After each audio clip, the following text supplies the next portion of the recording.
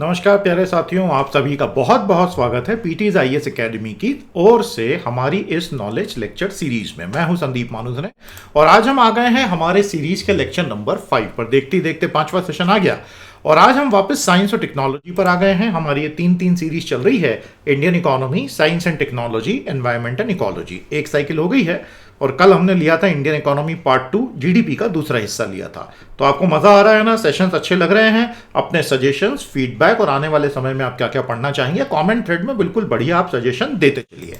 तो अब हम आज पढ़ेंगे साइंस और टेक्नोलॉजी का हमारा दूसरा लेक्चर, जिसमें हम देखेंगे one telescope that changed everything. बहुत ही जबरदस्त टॉपिक है, आपको मजा आएगा।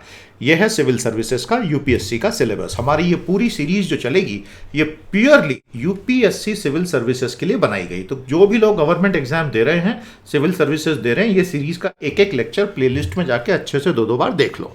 तो दोस्तों ये सिलेबस है और मैं इसी के कंपैरिजन में ही, इसी के साथ तारतम्य बिठाते हुए आपको सब कुछ पढ़ाऊंगा। ये मेरा क्विक इंट्रोडक्शन है। उम्मीद करूंगा मेरे एक्सपीरियंस का आपको पूरा लाभ मिले। तो आज का एजेंडा आपके सामने है, one telescope that changed everything. तो भैया कुछ ऐसा चमत्कार हुआ आज से 30 साल पहले कि इंसान को यह समझ में आया कि हमें एक टेलीस्कोप को अंतरिक्ष में बिठा देना चाहिए, क्योंकि हम पृथ्वी से जितना कुछ पढ़ पा रहे हैं इस पूरे ब्रह्मांड को, इनके रहस्यों को, उसमें बहुत सारी दिक्कतें आ रही हैं। And so let us move to the space itself. समझ में आया? तो ये विचार ही अपने आप में बड़ा क्रांतिकारी विचार था कि भाई जमीन से अंतरिक्ष का अध्ययन ना करते हुए डायरेक्टली स्पेस से ही करें। तो आपको क्या लगता है ये विचार क्यों आया होगा? What would have been the trigger for a thought that let us move from land to space itself to study space? सोचिएगा। अब ये जो विषय है, ये स्पेस रिसर्च का एक बहुत इंपॉर्टेंट विषय है। स्पेस रिसर्च में, स्पेस टेक्नोलॉजी में केवल इसरो और स्पेसएक्स और रीयूजेबल रॉकेट और टाइप्स ऑफ ऑर्बिट सिर्फ यही नहीं होता है। उसके अलावा भी आपको पूरा सोलर सिस्टम का स्ट्रक्चर, यूनिवर्स का एक बेसिक स्ट्रक्चर का idea, types of planets etcetera etcetera, gravitational waves, इन सब चीज़ों पे सवाल पिछले 5 सालों में अच्छे खासे आए हैं। तो आपको तैयारी तो पूरी रखनी है, सिलेबस वास्ट है, हम कोशिश करेंगे सब कुछ पढ़ाएं। तो 1 मिनट जरा हम बिता लें प्यारे दोस्तों कि हमने पिछले सेशन में क्या पढ़ा था। पार्ट 1 में मैंने आपको विज्ञान और प्रौद्योगिकी के बीच की समानताएं और अंतर बताने का प्रयास किया था और आपने कमेंट थ्रेड में बड़ा अच्छा पार्टिसिपेशन किया था। आपको याद है ना साइंस वर्सेस टेक्नोलॉजी का हमारा पूरा डिस्कशन?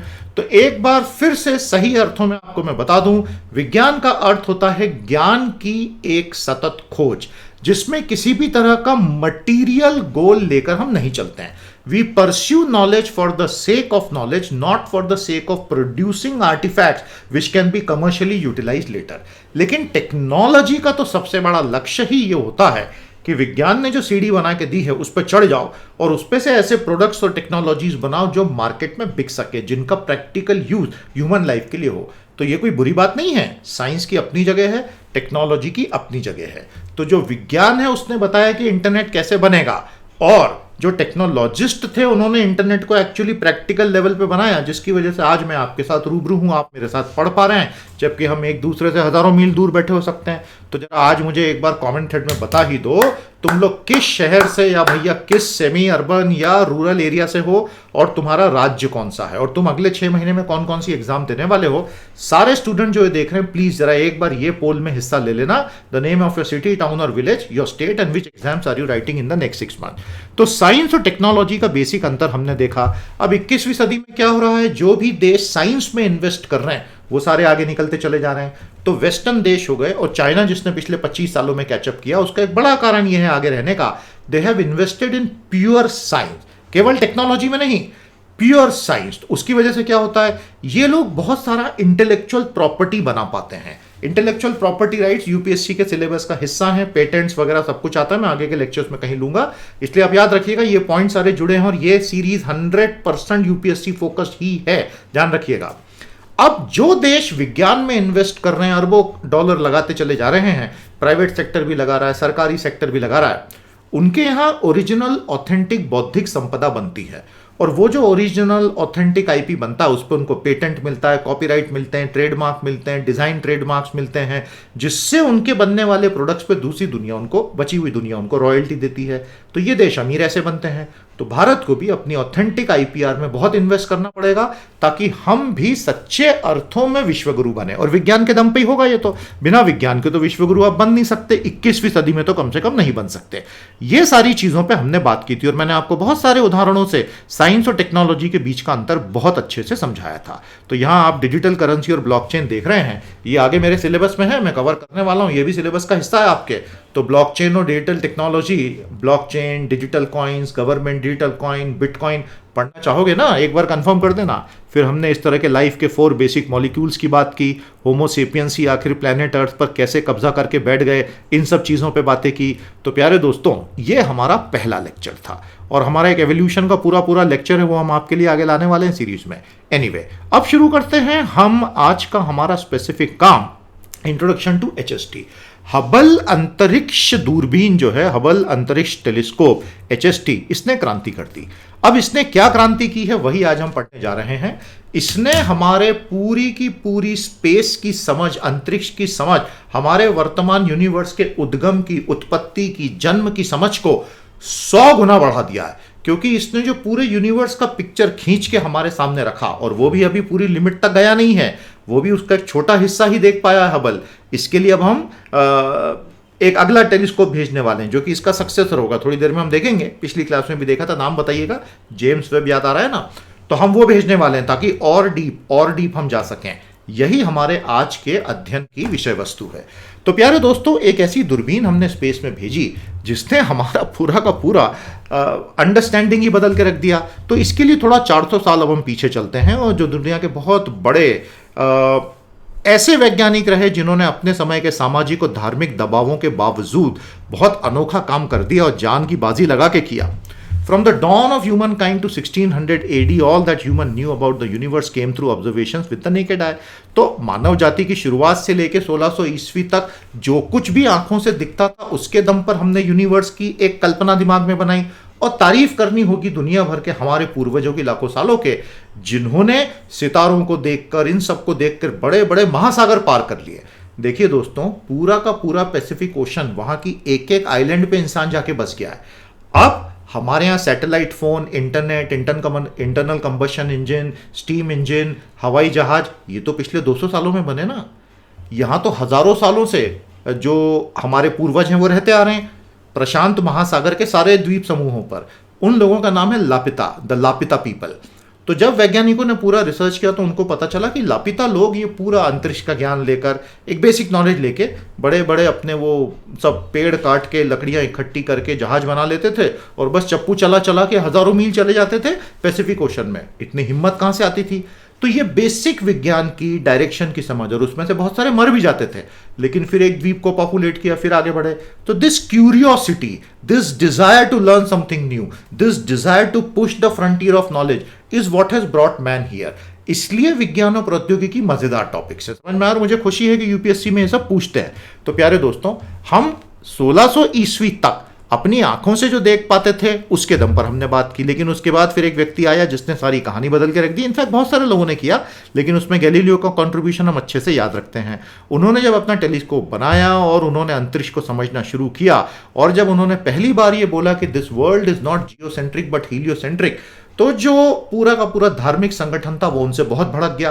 क्योंकि जियोसेंट्रिज्म यानी पृथ्वी केंद्र है पूरे ब्रह्मांड का, ऐसा बोल के उसके पहले के हजारों सालों में इंसान ने खुद को बहुत ऊंचा कर लिया था कि I am the ultimate objective of evolution and I am the centre of the universe. अब जब गैलीलियो ने अंतरिक्ष की ओर देखा तो उन्होंने कहा ये क्या मूर्खता, we are not the centre of the universe, the sun is the centre of the solar system, और हम सब उसके आसपास घूम रहे हैं। तो जियोसेंट्रिक ना होते हुए हम हीलियोसेंट्रिक हो गए, मतलब भू केंद्रित ना होते हुए सूर्य केंद्रित हो गए।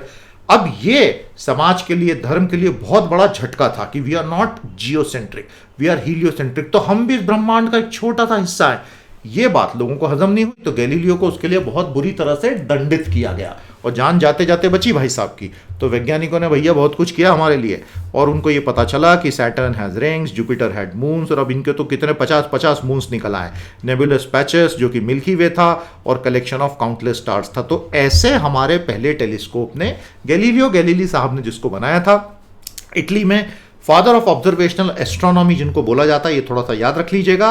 एक क्रांति मानव सभ्यता में आई, और ऐसी छोटी छोटी छोटी छोटी जो यूरोपियन पूरा का पूरा एक प्रबोधन युग था, एनलाइटनमेंट एज थी और एज ऑफ रेनेसांस थी, उसमें सारे रूढ़िवाद पर चोट करके लोगों ने सवाल पूछ के एक साइंटिफिक प्रोसेस को 300 सालों में जन्म दिया।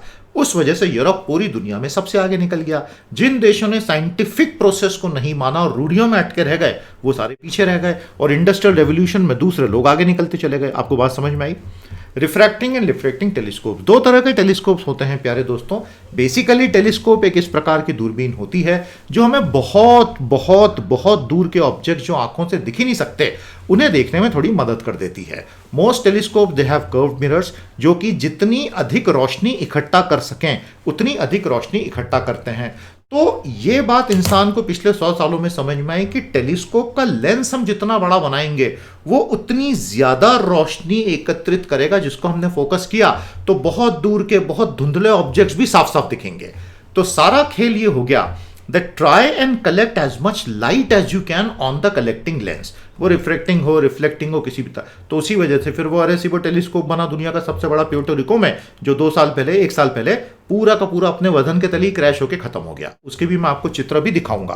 तो टेलीस्कोप बनाने के पीछे यही सोच थी कि मिरर का फिर साइज बढ़ाते चले जाओ, जितना साइज बढ़ाओगे उतनी रोशनी वो इकट्ठा कर पाएगा और उतनी बेहतर रेजोल्यूशन होगा, और रेजोल्यूशन बेहतर होने का क्या मतलब? आपका ज्ञान बेहतर होगा, क्योंकि ऑब्जेक्ट बेहतर दिखाई देगा। इस चक्कर में बड़े बड़े मिरर बनना शुरू हुए। अब एक बहुत बड़ी प्रॉब्लम होती है, जब मिरर बहुत बड़ा होता है तो एक तो उसको पॉलिश करके उसमें सही ग्रेडियंट लाना बहुत कठिन काम होता है, और दूसरा वजन इतना हो जाता है कि उसकी हैंडलिंग में जरा भी गलती हुई तो पूरा नुकसान हो जाता है। तो ये कहानी है हमारे टेलीस्कोप्स की। टेलीस्कोप जो होते हैं प्यारे दोस्तों, अब आप जब विजिबल लाइट की बात करते हैं तो उसमें तो ये डायग्राम बिल्कुल ठीक है, लेकिन अल्टीमेटली विजिबल लाइट यानी कि दृश्य प्रकाश जो है वो तो हमारे इलेक्ट्रोमैग्नेटिक स्पेक्ट्रम का सिर्फ एक छोटा सा हिस्सा मात्र है ना।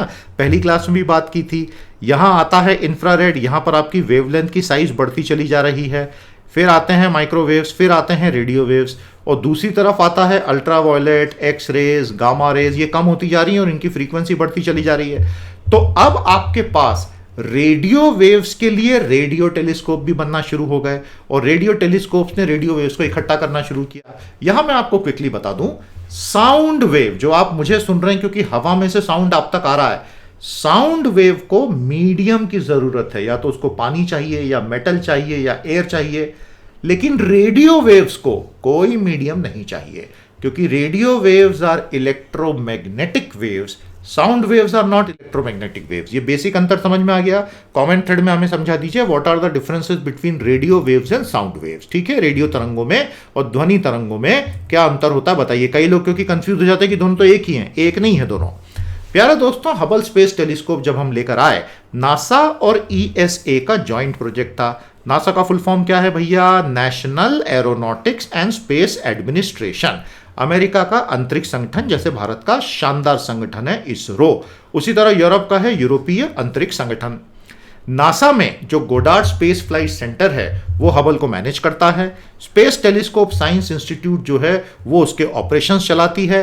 नैन्सी ग्रेस रोमन जो थी वो पहली चीफ एस्ट्रोनॉमर थी नासा की, और उन्हें mother of Hubble space telescope बोला जाता है। Nancy grace Roman is the scientist of NASA who is called the mother of Hubble Space Telescope। वो एक रिसर्च एस्ट्रोनॉमर बन गई और उन्होंने ही ये पूरे HST के आइडिया को जीरो से लेके फ्रूशन तक वो लेके गई, और उन्होंने ही पूरा नासा का space based astronomical observatory programme बनाया। अब देखिए, ये बहुत बड़ी बात है।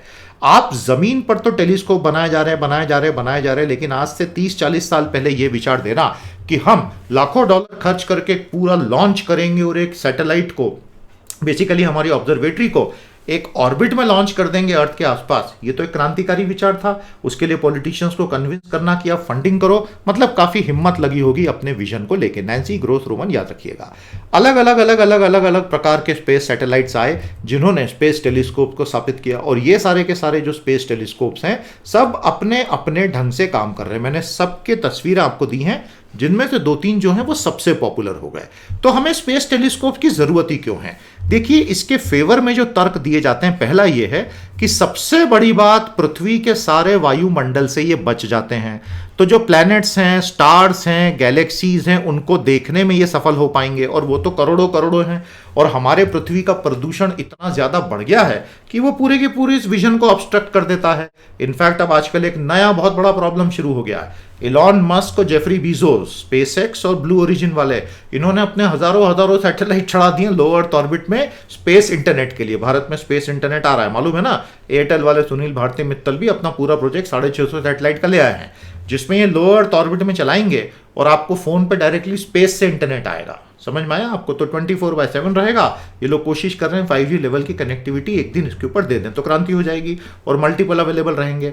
अब एस्ट्रोनॉमर्स को क्या दिक्कत आ रही है, यहां से टेलीस्कोप लगाओ तो वो पूरे हजारों हजारों इनके सैटेलाइट चमकते हुए दिखते हैं। मतलब ये एक नया ही प्रॉब्लम खड़ा हो गया है। उस लाइट में भी स्पेस में टेलीस्कोप भेजना फायदे का सौदा हो सकता है। आपको बातें समझ में आ रही है ना? मैं ज्यादा डिफिकल्ट तो नहीं पढ़ा रहा हूं, इजी है, धीरे धीरे कॉन्सेप्ट बन रहा है। हमारा एटमॉस्फेयर अल्टीमेटली एक प्रोटेक्टिव ब्लैंकेट होता है जिसमें से सारी लाइटें अंदर नहीं आ पाती हैं। अब आप बोलेंगे सर सारी लाइटों से आपका क्या मतलब? ये मतलब है मेरा radio wave, microwave, infrared, visible light, ultraviolet, X ray. और यकीन मानिए प्यारे दोस्तों, इसमें से एक एक लाइट में देखने पे अंतरिक्ष अलग अलग दिखता है। अभी थोड़ी देर में मैं आपको वास्तविक चित्र दिखाऊंगा हबल स्पेस के, कि जब आप इंफ्रारेड ऑन कर देते हो तो पूरी दुनिया अलग ही दिखने लग जाती है, जो विजिबल में दिखती ही नहीं है। That is why going to space makes a lot of sense. आगे समझ में? लेकिन कई लोग इसके बड़े धुर विरोधी हैं। वो कहते हैं इतने करोड़ों डॉलर खर्च करके क्या फायदा? आप इतना सारा पैसा खर्च करके लॉन्च करोगे और 10-15 सालों के अंदर बोलोगे पूरी टेक्नोलॉजी ऑब्सोलीट हो गई। ऑब्सोलीट का मतलब है व्यर्थ हो गई, समय बदल गया तो टेक्नोलॉजी पुरानी हो गई। ये एब्सोलूट नहीं है, ऑब्सोलीट है। शब्द ध्यान से देखिएगा, एब्सोलूट का मीनिंग अलग होता है। कमेंट में दोनों शब्दों का अर्थ समझाना मुझे। फिर ये लोग कहते हैं कि भाई स्पेस में क्यों जाना? किसी भी आकार का इंफ्रास्ट्रक्चर बनाना, मेंटेन करना, एक्सेस करना, रिपेयर करना, रिप्लेस करना पृथ्वी से पॉसिबल है। अब हबल स्पेस टेलीस्कोप का भी रिपेयर होता है, स्पेस में ऊपर जाके लोग रिपेयर भी करके आते हैं, लेकिन फिर वो खर्चीला काम होता है। तो ये तर्क वैसे सही है। लेकिन फिर अब पिछले कुछ महीनों में क्या हुआ प्यारे दोस्तों, कि ये जो एरिसीबो ऑब्जर्वेटरी प्यूर्टो रिको की थी, सबसे बड़ी सिंगल यूनिट रेडियो टेलीस्कोप, जब तक कि चाइना ने FAST नहीं बना लिया, ये 1960 से काम कर रही थी। 305 मीटर का स्फेरिकल रिफ्लेक्टर था एल्यूमिनियम पैनल्स का, जो इनकमिंग रेडियो वेव्स को फोकस करता था। दुनिया भर को बहुत अच्छी चीजें इससे प्राप्त हुई। ये 2020 में पूरी की पूरी कोलैप्स हो गई, और जब ये कोलैप्स हुआ तो वैज्ञानिकों को इसको ठीक करने का भी कोई तरीका नहीं मिल रहा है। तो जो लोग बोलते हैं कि स्पेस में नहीं जाना है, उनके लिए एक बहुत इंटरेस्टिंग ये है कि भाई एरेसीबो भी तो पूरा का पूरा कोलैप्स ही हो गया था। प्यारे दोस्तों, आने वाले 10 सालों में एक बिल्कुल नई फैमिली ऑफ स्पेस टेलीस्कोप्स आ रही है, क्योंकि दुनिया के वैज्ञानिक मान चुके हैं कि स्पेस टेलीस्कोप्स में दम है। याद रखिएगा, we are dealing with the secrets of our universe. हमारे पूरे ब्रह्मांड के हम सीक्रेट देखने की बात कर रहे हैं। तो अब आप कुछ चित्र देखना चाहेंगे, यस और नो? ब्रह्मांड के हबल स्पेस टेलीस्कोप ने, ये रहा हमारा प्यारा HST, कैसे कैसे चित्र लिए आप देखना चाहेंगे। तो अब एक बात ध्यान रखिएगा, वैज्ञानिक अभी तक क्या क्या ढूंढ पाए। हमारे ब्रह्मांड की आयु है 13.8 बिलियन ईयर। तो इसका मतलब क्या हुआ? 1 बिलियन इज 100 करोड़, है कि नहीं? तो यानी हमारा ये पूरा का पूरा ब्रह्मांड जिसमें हम हैं, ये 13,800 करोड़ वर्ष पुराना हो चुका है। सही लिखा मैंने? 13,800 करोड़ होगा? अरे भैया ठीक कर दो इसको। 13,800 करोड़ होगा क्या? 1 बिलियन इज 100 करोड़, तो ये होगा 1,380 करोड़। आ गया समझ में? एज ऑफ मिल्की वे कितनी है? 13.51। यानी हमारे मिल्की वे की, जिस आकाश गंगा में आप और मैं बैठे हुए हैं अभी, वो है 1,351 करोड़ साल पुराना। हमारा सोलर सिस्टम है 4.6 बिलियन ईयर, यानी कितना हुआ? 460 करोड़ ईयर। समझ में आ गया ना? 1 बिलियन इज 100 करोड़। ये 3 फिगर अच्छे से याद रखिएगा। अब एक चीज और आपको बता दूं, हमारा सौर मंडल तो बना 460 करोड़ साल पहले, लेकिन हमारी पृथ्वी कब बनी दोस्तों? 450 करोड़ साल पहले। तो हबल के सबसे बड़े अकम्प्लिशमेंट क्या रहे? हबल ने expansion and acceleration rate of universe ढूंढ निकाला। जैसा कि हम आज जानते हैं, हमारा पूरा यूनिवर्स एक्सपैंड कर रहा है और पूरा fabric of space time is expanding. तो ये किस रेट से एक्सपैंड कर रहा है, ये हबल ने ढूंढ के निकाला। इसके ऊपर काफी अच्छा जो मूवी इंटरस्टेलर आई थी क्रिस्टोफर नोलन की, आपने देखी होगी। तो इंटरस्टेलर मूवी देखकर आपने क्या सीखा? और अगर आप चाहेंगे कि एक पूरा सेशन में इंटरस्टेलर के डिस्कशन पे करूं, कमेंट थ्रेड में बता दीजिएगा। इस सीरीज में मैं 30 मिनट पूरे इंटरस्टेलर के डिस्कशन पे और उससे क्या क्या हमको सीखने को मिलता है स्पेस के बारे में, वो भी आपको बताऊंगा। एक्चुअली वो मूवी सिर्फ स्पेस की नहीं थी, वो ह्यूमैनिटी और हमने पृथ्वी के साथ क्या किया उसके बारे में भी थी। तो बताइएगा। Finding that black holes are common amongst galaxy, ये हमारे हबल ने ढूंढ के निकाला। इनफैक्ट हमारा पूरा जो मिल्की वे गैलेक्सी है उसके केंद्र में एक बहुत भीमकाय ब्लैक होल बैठा हुआ है। क्या नाम है उसका बताइएगा, उसके नाम पर एक राशि भी है। Characterising the atmosphere of planets, monitoring weather changes on planets across our entire solar system, looking back in time across 97% of the universe to chronicle the birth and evolution of stars and galaxy, जिससे ये पता चला कि हमारी milky वे इस ब्रह्मांड के पैदा होने के सबसे पहले युग में ही बन गई थी, हमारी पर्टिकुलर मिल्की वे, और अभी तक नई नई गैलेक्सीज का बनना जारी है। तो अब देखना चाहेंगे ना आप किस तरह के चित्र लिए। देखिए दोस्तों, यह है हबल स्पेस टेलीस्कोप का कमाल। बिल्कुल ऐसा लगता है मानो किसी कवि की कल्पना है या मानो किसी आर्टिस्ट ने ये खूबसूरत चित्र अपने कैनवास पर बना दिए हों, लेकिन ये एक्चुअली खूबसूरत चित्र नहीं है, ये तो पूरे पूरे एक्चुअल फोटोग्राफ्स हैं हमारे यूनिवर्स के। तो इतना खूबसूरत है ब्रह्मांड, और विज्ञान और प्रौद्योगिकी हमें इसके करीब लेके जाते हैं। ये एक एक बड़ा डॉट जो आप देख रहे हैं ये गैलेक्सी है, और एक एक गैलेक्सी में करोड़ों करोड़ों सितारे, उनमें से ज्यादातर सितारों के अपने अपने सोलर सिस्टम। तो ब्रह्मांड तो अनंत है, विशाल है। देखिए किस तरह के चित्र हैं, ये सब रियल पिक्चर्स हैं, ये एक्चुअल पिक्चर्स हैं। समझ में आ गया। तो हबल स्पेस टेलीस्कोप जो है प्यारे दोस्तों, इसको एडविन हबल के नाम पर रखा गया, इसका पूरा नाम।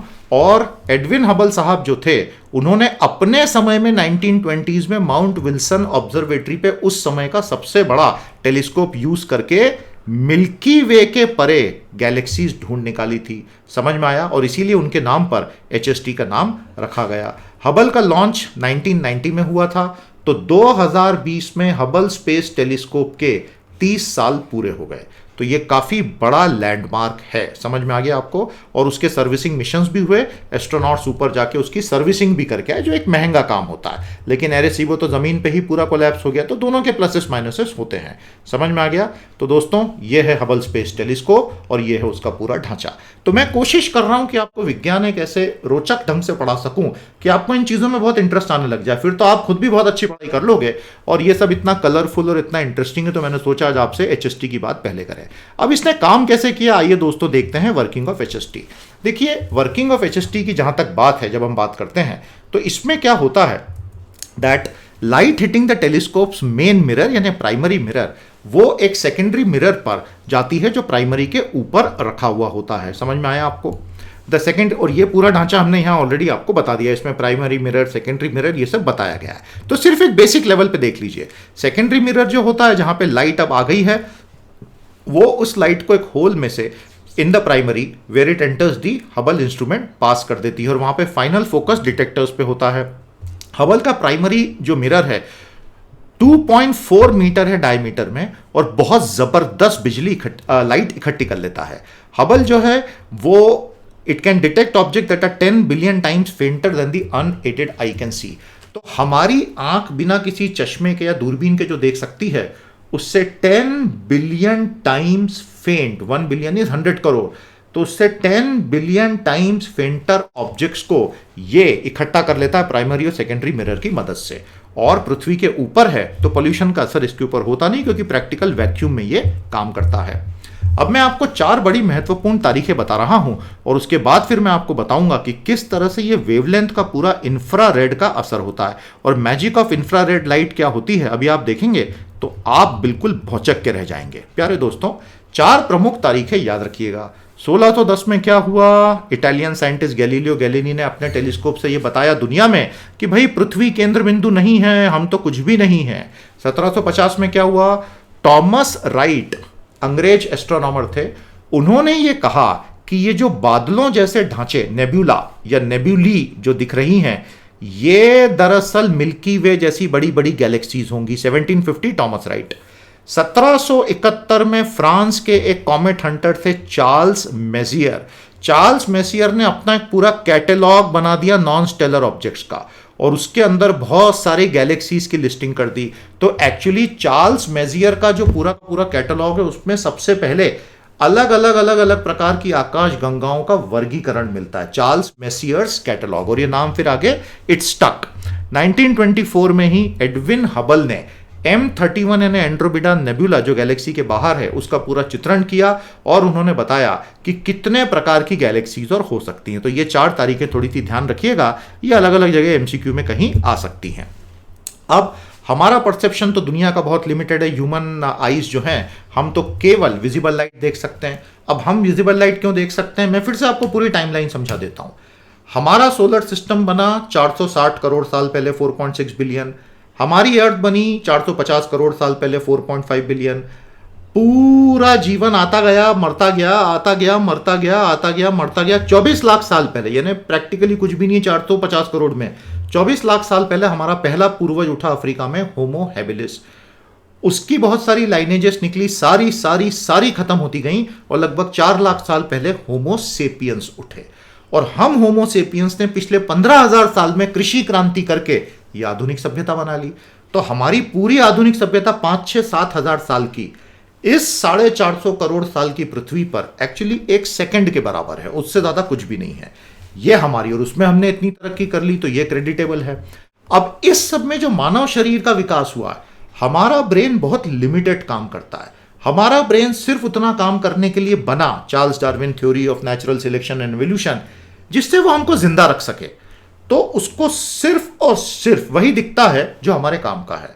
और ब्रेन एक्चुअली बहुत बड़ा bluff master, it pieces together the facets of nature around us which will help us stay alive, उससे ज्यादा कुछ भी नहीं। तो ये अपने आप में बहुत बड़ा टॉपिक है। तो हमारी आंखों को खैर इलेक्ट्रोमैग्नेटिक स्पेक्ट्रम में केवल विजिबल लाइट दिखती है, आसपास का कुछ नहीं दिखता। और इस वजह से हम जब ब्रह्मांड की ओर देखते हैं, ये बात याद रखिएगा, जब भी आप रात को किसी दिन आकाश में देखें, आजकल तो लोगों ने देखना ही छोड़ दिया है, रात को अगर आप कभी आकाश की तरफ देखेंगे तो आपको जो दिख रहा है उसके अलावा और वहां बहुत कुछ है जो आपकी आंखें देख ही नहीं सकती, क्योंकि आपकी बायोलॉजी उसको अलाउ नहीं करती है। लेकिन ये टेलीस्कोप्स की बायोलॉजी तो इनको अलाउ करती है। समझ में आया आपको? और हम क्योंकि केवल विजिबल लाइट देखते हैं तो हमें दूसरी रेडिएशन दिखती नहीं। पृथ्वी की बहुत सारी दूसरी स्पीसीज है, उनको इंफ्रारेड भी दिखता है, तो एक्चुअली दुनिया उनको बहुत अलग दिखती है। बटरफ्लाइज और इनको अल्ट्रा वायलेट लाइट भी दिखती है, तो उनको कुछ और बहुत अलग दिखता है। और वो एक दूसरे में कुछ ऐसे रंग देखते हैं जो आप और हम नहीं देख सकते हैं। आपको बात समझ में आ गई? तो हबल को जो भेजा गया ना, उसको ऐसा बनाया गया कि भाई तू विजिबल लाइट पूरा देख ले, विबग्योर वाला रेनबो, और उसके अलावा इंफ्रारेड और अल्ट्रा वायलेट भी देख लेना। और ऐसा करके उसने दुनिया को एक बहुत नई तस्वीर दी। तो हमारा ये प्यारा हबल स्पेस टेलीस्कोप जो ऊपर 30 साल से घूमे जा रहा है, वो इस पूरी रेंज में ब्रह्मांड को देखता है, और इसलिए उसको कुछ ऐसा दिखता है जो हमें नहीं दिख पाता है। समझ में आ गया? अब एक बात ध्यान रखिएगा, जितने भी ब्रह्मांड के ऑब्जेक्ट्स हैं अलग अलग वो वेवलेंथ पर लाइट एमिट करते रहते हैं। टेलीस्कोप्स आप डिजाइन कर सकते हो कि कौन सी लाइट को पकड़े। हबल आज की तारीख में लो अर्थ ऑर्बिट में है, 540 किलोमीटर पे घूमे जा रहा है 30 साल से, और दूसरे टेलीस्कोप के साथ उसको सिंक्रोनाइज भी किया जा सकता है। ये हमारा इलेक्ट्रोमैग्नेटिक स्पेक्ट्रम है। जैसा मैंने आपसे कहा, हमारी आंखें विजिबल देखती हैं, लेकिन इंफ्रारेड, माइक्रोवेव और रेडियो, यहां वेवलेंथ बढ़ती जाती है। जैसा हमने आपको यहां बताया, वेवलेंथ जितनी ज्यादा बढ़ेगी उतनी ज्यादा एनर्जी कम होती है, और वेवलेंथ जितनी छोटी होगी, फ्रीक्वेंसी ज्यादा होगी, उतनी एनर्जी ज्यादा होती है। ठीक है, ये रिलेशनशिप वेवलेंथ, फ्रीक्वेंसी और एनर्जी का ध्यान रखिएगा। Now my dear students, infrared light का मैजिक आपको दिखाते हैं। इंफ्रारेड लाइट का मैजिक, पहले आप चित्र देख लीजिए, फिर कंटेंट दिखा दूंगा। यह है ईगल नेबुला। अगर आप और हम आंखों से इसको देखेंगे, विजिबल लाइट में देखेंगे, तो हमको यह दिखेगा, आंखों से मतलब टेलीस्कोप की विजिबल लाइट में। लेकिन जब हबल इंफ्रारेड इमेज देखता है, आप देखो वहां कितने सारे नए सितारे दिखने लग गए। तो इसका मतलब हम तो वाकई में सही आंखें होते हुए भी बहुत लिमिटेड हैं। तो this eagle nebula image is actually a reflection that there is much more to the universe that human beings can ever imagine. अब आप ये देख रहे हैं, ये लगून नेबुला है, लेफ्ट साइड में विजिबल वेवलेंथ में है, और वही लगून नेबुला जो है राइट साइड में इंफ्रारेड में है। अब आप देखो कितना, तो इसका मतलब यूनिवर्स की जो मिस्ट्रीज हैं दोस्तों, ये विजिबल लाइट में है और यही चीज इंफ्रारेड में है। Can you believe it? तो ये कमाल है विज्ञान का। ये विजिबल लाइट में, ये इंफ्रारेड, ये रेडियो में है, ये रेडियो में है। तो विजिबल और विजिबल एंड रेडियो, तो कंपैरिजन के लिए तो ये रेडियो वेव जिसको आप बिना उसके पकड़ ही नहीं सकते हैं। तो इस तरह से हमें पता चलता है कि विजिबल और एक्सरे, तो एक्सरे हो गया, रेडियो हो गया, अल्ट्रावायलेट हो गया, इंफ्रारेड हो गया, ये अलग ही दुनियाएं हैं सारी, और इन्हें पकड़ने का काम कर रहे हैं हमारे ये नए नए टेलीस्कोप। समझ में आ गया आपको? तो इंफ्रारेड वेवलेंथ का कमाल मैंने आपको बता दिया। Infrared light wavelengths are longer, और वो पार्टिकल्स के बीच में से स्लिप होकर निकल जाती हैं, और इसलिए वो सारे डस्टी रीजन्स को क्रॉस करके चली जाती है। आप देख रहे हो ना, ये नेबुला को क्रॉस करके वो निकल आई, बिकॉज ऑफ इट्स वेवलेंथ, वो डस्ट को पार करके आती है। जो उससे कम वेवलेंथ की है वो डस्ट से टकरा के वहीं पर एब्जॉर्ब होकर खत्म हो जाएगी। तो ये इंफ्रारेड का कमाल है, और इसलिए इंफ्रारेड हम तक आ पाती है। समझ में आ गया? Direct function of the wavelength, ये है पूरी कहानी। तो प्यारे दोस्तों, हमने अब हमारे सैटर्न की तरफ नजर, तो विजिबल और अल्ट्रावायलेट में कहानी बदल गई। नहीं, सैटर्न तो हमारे इतने करीब है रिलेटिवली, उसमें ही कहानी बदल गई। अल्ट्रावायलेट जो होता है अर्थ के एटमॉस्फेयर में घुस नहीं पाता है, आप बहुत अच्छे से जानते ही हैं। ओजोन लेयर डिस्ट्रक्शन की कहानी आपको पता है, तो क्या हुआ था भैया ओजोन लेयर डिस्ट्रक्शन में, बताइएगा। और अल्ट्रावायलेट हम तक नहीं आ पाता है, वो हमारे शरीर के लिए अच्छा है क्योंकि उससे स्किन कैंसर हो सकता है। लेकिन जब हमारा विज्ञान अल्ट्रावायलेट देखता है तो सैटर्न पर हमको ऐसी ऐसी चीजें दिखाई देती हैं जो विजिबल में बिल्कुल भी नहीं दिखाई देती हैं। बात समझ में आया आपको? प्यारे दोस्तों, आपको अगर ये सारे सेशंस अच्छे लग रहे हैं तो आप मिशन पीटी को कंट्रीब्यूट कर सकते हैं। हमने लिंक आपको स्क्रीन पे दी है। Please do contribute and help us spread the free education. Minimum 100 rupees है, अपर कोई लिमिट नहीं है, आप जितना चाहें कंट्रीब्यूशन दे सकते हैं। अब आपको मैं कुछ एग्जाम ओरिएंटेड क्वेश्चंस देता हूं दोस्तों। ये आज का क्वेश्चन 1 है, क्वेश्चन 2 है, क्वेश्चन 3 है। तीनों को अच्छे से पढ़ें, बहुत प्यारे क्वेश्चन हैं ये। इनको सॉल्व करें और कमेंट थ्रेड में इनके आंसर 1 2 3 करके दीजिए। जब तक आप लोगों का जोश बना रहेगा मैं एमसीक्यूज आप तक लाते रहूंगा। इनके डिटेल आंसर भी हमने आगे दिए हैं, अभी वो देखिएगा मत। और ये रहे आज के 3 एग्जाम ओरिएंटेड सब्जेक्टिव क्वेश्चंस।